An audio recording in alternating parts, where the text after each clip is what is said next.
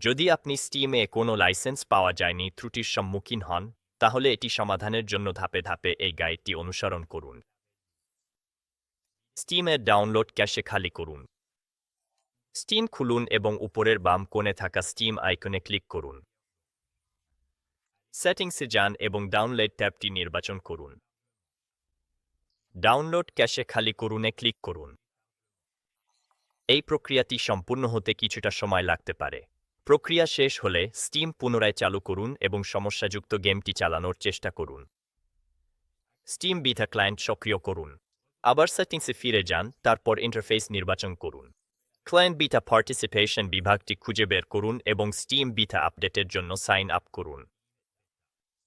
কিছু ব্যবহারকারীর জন্য স্টিমে ফ্যামিলি বিটা অপশনও দেখা যেতে পারে। এটি উপলব্ধ থাকলে আপনিও এটি সক্রিয় করতে পারেন। আপডেটটি শেষ হওয়া পর্যন্ত অপেক্ষা করুন, তারপর দেখুন সমস্যার সমাধান হয়েছে কিনা।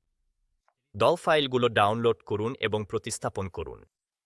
আপনার ব্রাউজার খুলুন এবং প্রয়োজনীয় ডল ফাইলগুলো ডাউনলোড করুন। ডাউনলোডের লিঙ্ক সাধারণত দেওয়া থাকে, তবে নির্ভরযোগ্য উৎস থেকে খুঁজে নিন। ডাউনলোড শেষ হলে ফাইলগুলো ডেস্কটপে এক্সট্রাক্ট করুন। স্টিমে গেমটির উপর ডান ক্লিক করে, তারপর গ্রের নির্বাচন করে এবং পারকোরের লেস ফিচার্স লকআউটস এ ক্লিক করে সংশ্লিষ্ট গেমের ইনস্টলেশন ফোল্ডারে যান। বেন ফোল্ডারে অথবা আপনার গেমের এক্সিকিউটেবল ফাইলের জন্য উপযুক্ত ফোল্ডারে যান এবং ডাউনলোড করা দল ফাইলগুলো গেমের এক্সিকিউটেবল ফাইলের একই ডিরেক্টরিতে পেস্ট করুন। স্টিম সম্পূর্ণভাবে রিস্টার্ট করুন। টাস্কবারে স্টিমের আইকনে ডান ক্লিক করে এবং কুইটার নির্বাচন করে স্টিম থেকে বেরিয়ে যান।